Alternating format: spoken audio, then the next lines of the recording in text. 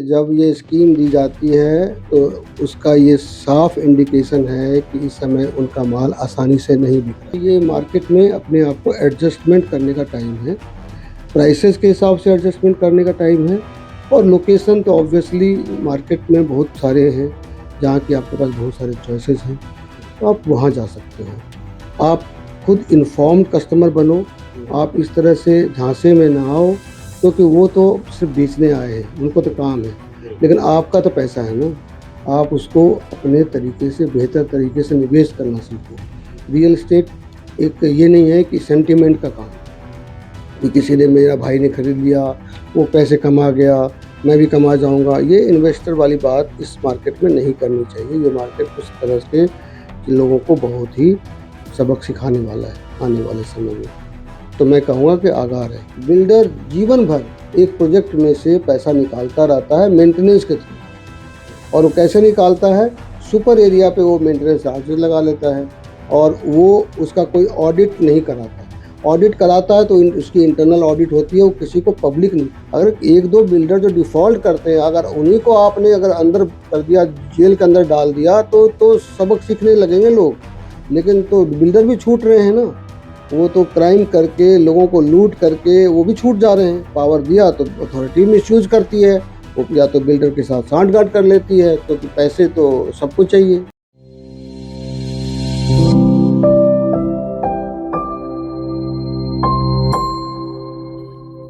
गुरुग्राम के real estate sector में इन दिनों मंदी की मार चल रही है, ऐसा कुछ प्रॉपर्टी एक्सपर्ट का कहना है।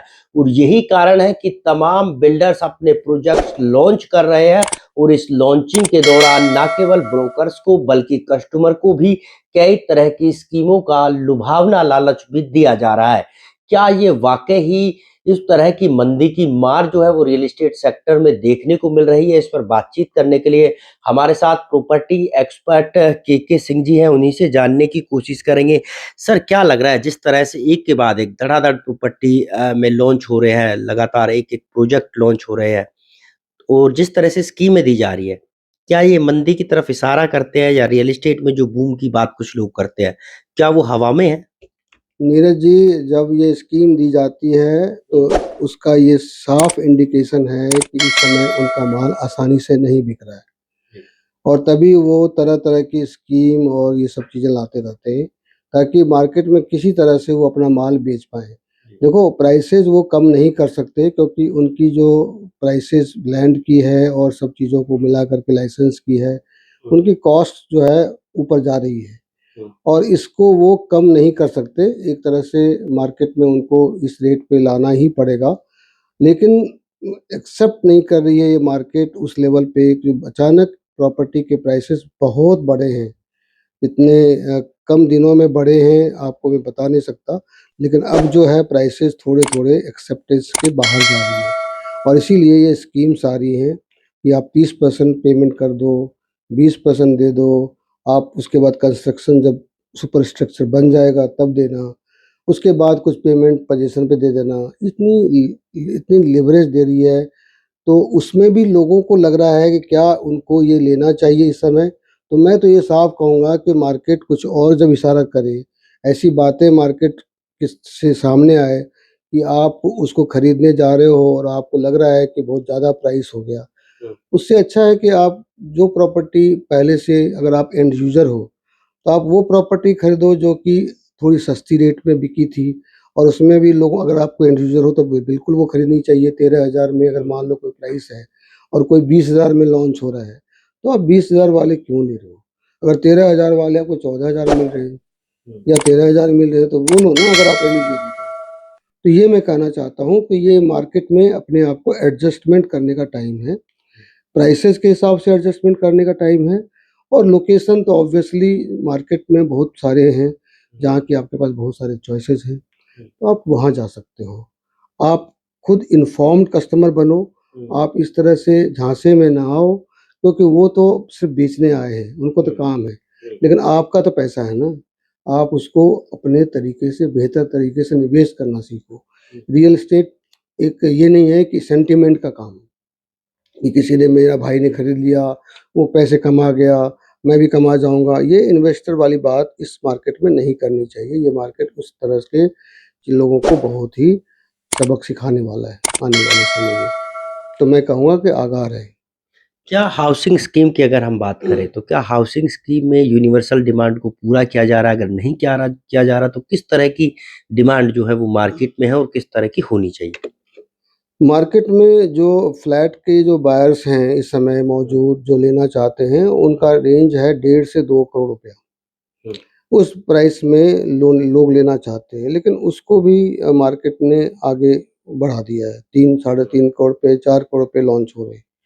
इसीलिए उन लोगों के लिए भी एक अच्छा मौका है कि वो या तो डील को पूरी तरह से चेक करें, प्राइसेस चेक करें, लोकेशन चेक करें और जो चीज़ें उनको रीसेल में सस्ती मिल रही हैं, उसको वो अपॉर्च्युनिटी मानें। क्योंकि ऊपर वाले तो प्राइसेस घटाएँगे नहीं, तो ये संभावना है कि जो नीचे की प्राइसेस की गई है, तो वो थोड़ा-सा ऊपर जाएँगे, क्योंकि ऊपर तो प्राइसेस ऊपर ही जा रहे हैं। इसलिए उनको 1.5-2 करोड़ में कहीं भी फ्लैट मिल रहा है, फ्लोर मिल रहा है, कुछ भी मिल रहा है, वो ले लें। उनको ये है। अच्छा, दूसरी बात आपने कहा यूनिवर्सल डिमांड। यूनिवर्सल डिमांड क्या होता है कि हर तरह के इकोनॉमिक सेगमेंट के लोगों के लिए, जैसे मान लो कि कोई मिडिल सेगमेंट के लोग हैं, उनका उनका सैलरी 4-5 लाख रुपए है, या कोई ऐसा है जिसके पास सैलरी 50,000 से 1 लाख ही है। तो उन लोगों के लिए भी मार्केट को कुछ ऑफ़र करना चाहिए, जो अभी मार्केट ऑफ़र नहीं कर रहा है। अभी मार्केट सिर्फ़ लग्ज़री के पीछे भाग रहा है। उनको लग्ज़री ही ऑफ़र करना है।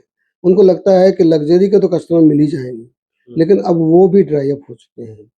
इसलिए ये मार्केट को यूनिवर्सल डिमांड की तरफ बढ़ना चाहिए, पॉलिसी मेकर्स को सोचना चाहिए कि क्या उनको भी रहने का अधिकार नहीं है गुड़गाँव में क्या? क्योंकि उनके सब कोई एक-दूसरे पे डिपेंडेंट है।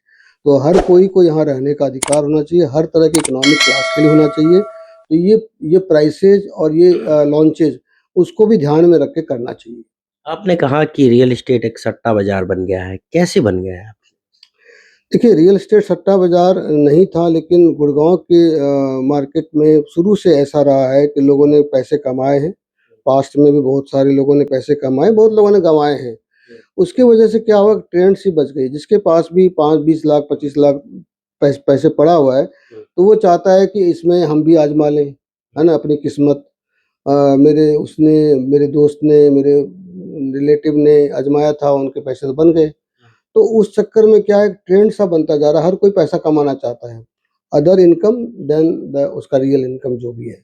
अगर वो नौकरी से या अपने बिज़नेस से पैसा कमा रहा है, उसके अलावा जो उसके पास पैसे बचते हैं, उसको रियल एस्टेट में इन्वेस्ट करता है वो। तो सट्टा बाज़ार ऐसे है कि वो 10% लगा कर के 100% पे खेलना चाहता है, या 20% ही दे करके 100% में खेलना चाहता है। तो खेल जब होता है, जब इस नियत से आप पैसा लगाते हो कि आपको इससे पैसा मिलेगा, प्रीमियम मिलेगा, एप्रिसिएशन मिलेगा, क्योंकि हर कोई लेने वाला आएगा। तो आपसे जो आपने जब उसको बुक करा ली, या आपने या कोई एग्रीमेंट कर लिया, तो आप कुछ दूसरे प्राइस पे उसको 2-3 महीने में निकाल दोगे। तो ये सट्टा बाज़ार नहीं है तो क्या है? इसमें तो बहुत लोगों के साथ धोखा भी हो रहा है। बहुत लोग ऐसी प्रॉपर्टी में फँस जा रहे हैं जहाँ पे उनको नहीं जाना चाहिए। तो ये काम है कि तरीके से रियल एस्टेट को समझ करके ही अब रियल एस्टेट में आप जा सकते हैं। अगर आपकी समझदारी कम है, तो आप प्लीज़ इसमें से दूर रहिए।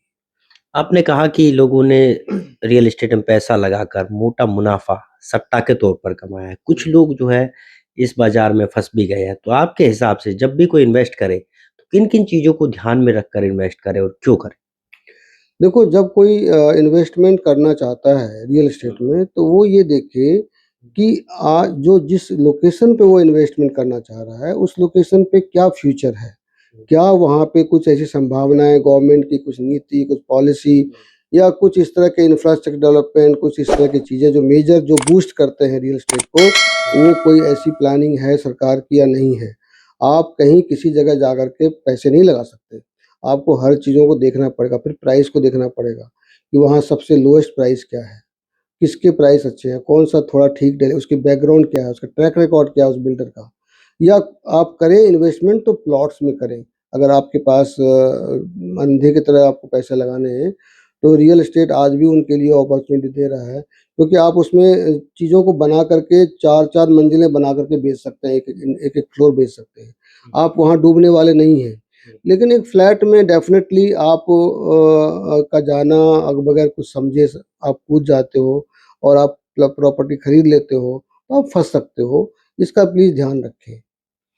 एक सवाल ये भी कि जो बिल्डर है, डेवलपर्स है, क्या उनके लिए मेंटेनेंस ज़िंदगी भर जीवन का एक साधन बन गया है या फिर ज़िंदगी भर के लिए इनकम का एक बड़ा साधन, सोर्स बन गया है? ये तो आपने बहुत अच्छा सवाल पूछा नीरज जी। ये तो मैं कई सालों से ये बात समझ रहा हूँ और मैं लोगों को बता भी रहा हूँ। ये मेंटेनेंस एक तरह से बिल्डर्स के लिए कैश कॉव बन गया है। जैसे उन्होंने फ्लैट सिर्फ़ नहीं बेचा, फ्लैट के फ्यूचर में जितने भी उससे रिलेटेड अधिकार हैं, जो आपको सुरक्षित या आपको एमिनिटीज़ में उसमें रहने लायक बनाएगा, उसके सारे अधिकार उसने आपसे ले लिए हैं।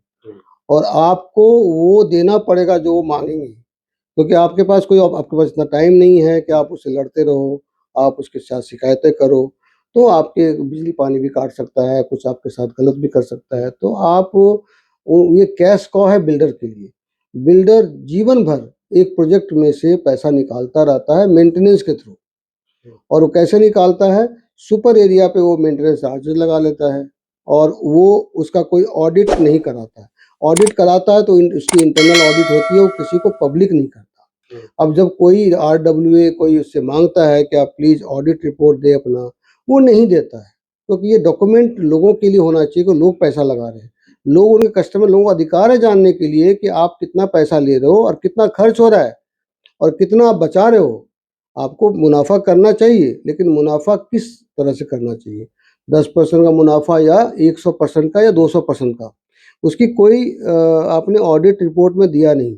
अगर मुझे ऑडिट कराने का मन हो कि मैं आपकी ऑडिट कराऊँ, तो आप उसमें सहयोग नहीं देते। अगर मैं आरडब्ल्यू होते हुए कहता हूँ कि मेरे को ऑडिट रिपोर्ट चाहिए, ताकि मैं समझ पाऊँ कि वाक़ई में आप नुकसान में हो या फ़ायदे में हो। लेकिन हमेशा मेंटेनेंस एजेंसी का ये कहना होता है कि हम तो नुकसान में। हम तो ये मेंटेनेंस करके भी बहुत परेशान हैं। लेकिन परेशान हो फिर भी क्यों ज़बरदस्ती करते रहते हो? आप छोड़ दो ना भाई, आप मेंटेनेंस बंद करो। आप उनके आरडब्ल्यू को कहो कि जी आप मेंटेनेंस करो, मैं नहीं कर सकता। लेकिन वो भी आप करने नहीं देते। इसका मतलब साफ है कि ये कैश कॉव बना लिया है इन्होंने फ्यूचर के लिए, हमेशा के लिए एक रेगुलर मंथली इनकम ये लेते रहते हैं उनमें से और उससे पैसा साइफ़न ऑफ करते रहते हैं। घोस्ट एम्प्लॉयी क्रिएट कर देते हैं, जो एम्प्लॉयी है ही नहीं रिकॉर्ड में उनके पास। पेरोल में नहीं है, वो किसको पैसे दे रहे हैं? एम्प्लॉयी बता के पैसे दे रहे हैं। जीएसटी में भी आप घोटाला कर रहे हो। कई बार आपने जो कैश में पैसे ले लेते हो। तो ये सब चीज़ें जो खेल चलता है, ख़ास के कमर्शियल मेंटेनेंस में, जिनको पता है कि भई ऑफ़िस वाले, रिटेल वाले के पास तो मजबूरी है। वो तो जो माँगेंगे देंगे। आज आप कितनी एमिनिटीज़ दे रहे हो, कितना गार्ड दे रहे हो, कितने हाउसकीपर्स दे रहे हो, ये तो आपको पता है। हम पूछते हैं, नहीं बताते हो। ये बहुत बड़ा इश्यू है, चैलेंजेज़ है गुड़गाँव के रियल एस्टेट के लिए।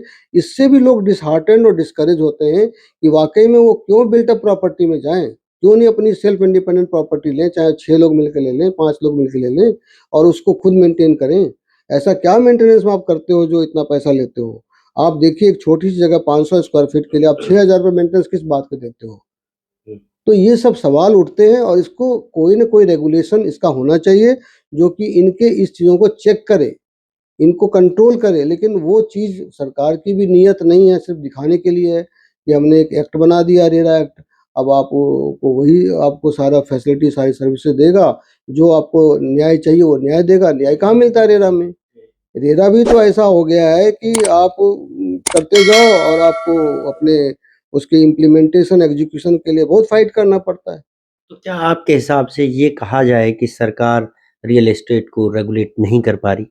मेरे हिसाब से लगता है नहीं, बल्कि वाक़ई हकीकत है ये कि सरकार जो है कि मंशा वाक़ई में सिर्फ़ इसको एक तरह से दिखावा करना था कि मैंने इस सेक्टर के प्रॉब्लम को दूर करने के लिए कानून बना दिया है। अब लोगों को खुशी मिल गई, लेकिन लोगों को बाद में बड़ा दुःख हुआ, जब वो फैसले नहीं आ रहे, वो फ़ोटो फ्रेम करके उस फैसले को लगा रहे हैं क्योंकि उसका कोई फ़ायदा नहीं है। तो एक तरह से मुझे ये दिखता है कि सरकार की वाक़ई में इसकी नीयत नहीं थी कि भई इसको ऐसा करना है। अगर नीयत होती, तो इसमें कुछ हार्ड डिसीज़न्स लेने के लिए वो अथॉरिटी को कहते। अगर 1-2 बिल्डर जो डिफ़ॉल्ट करते हैं, अगर उन्हीं को आपने अगर अंदर कर दिया, जेल के अंदर डाल दिया, तो सबक सीखने लगेंगे लोग। लेकिन तो बिल्डर भी छूट रहे हैं ना, वो तो क्राइम करके, लोगों को लूट करके वो भी छूट जा रहे हैं। और उनको कुछ नहीं हो रहा है, उनको पता है कि मेरा कुछ नहीं होगा, उनको इतना कॉन्फिडेंस हो रहा है। इसका मतलब एक्ट में कमी है ना, इसकी इम्प्लीमेंटेशन, एग्जीक्यूशन में अथॉरिटी के पास तो प्रॉपर आपके पास जजेस नहीं है, आपके पास प्रॉपर जज नहीं है, तो आप कैसे करोगे इसका फैसला? और पेंडिंग केसेस बहुत होते जा रहे हैं। ये तो बहुत ही ज़बरदस्त आप साइकिल में फँस चुके हैं, मतलब कस्टमर फँस चुके हैं, जो न्याय पाने के लिए पिलर टू पोस्ट जाते हैं, लेकिन अंत में पैसे खर्च करने वकीलों को फीस दे कर के उनको पता चलता है कि हमने तो कुछ भी नहीं पाया, हमें तो वो फैसला ही नहीं मिला। तो ये प्रॉब्लम तो है। इंटेंशन होना चाहिए कि अथॉरिटी को इतनी पावर दे देनी चाहिए कि ये बिल्डर को सज़ा दे, और अगर मान लो पावर दिया तो अथॉरिटी मिसयूज़ करती है, वो या तो बिल्डर के साथ साठ-गाँठ कर लेती है, क्योंकि पैसे तो सबको चाहिए। तो वहाँ पे क्या हो सकता है कि शायद वो भी इसमें मिलीभगत हों। मैं इसके बारे में स्पष्ट नहीं जानता, लेकिन मुझे लगता है उनके इस रवैये से कि वो वाक़ई में फ़ैसला करने में इंटरेस्टेड नहीं है और फ़ेवर करते हैं बिल्डरों का। तो ये थे हमारे साथ रियल एस्टेट एक्सपर्ट के सिंह जी, जिन्होंने खुलकर बताया कि किस तरह से बिल्डरों से बचना है और किस तरह से इनके जाल में नहीं फंसना है। साथ ही साथ इन्होंने सरकार पर भी सवाल उठाए और रेरा पर भी सवाल दागे कि आखिरकार क्यों लोगों को न्याय नहीं मिल पाता और क्यों बिल्डरों का साथ हमेशा दिया जाता है। नीरज अम्बाव का स्टेट न्यूज।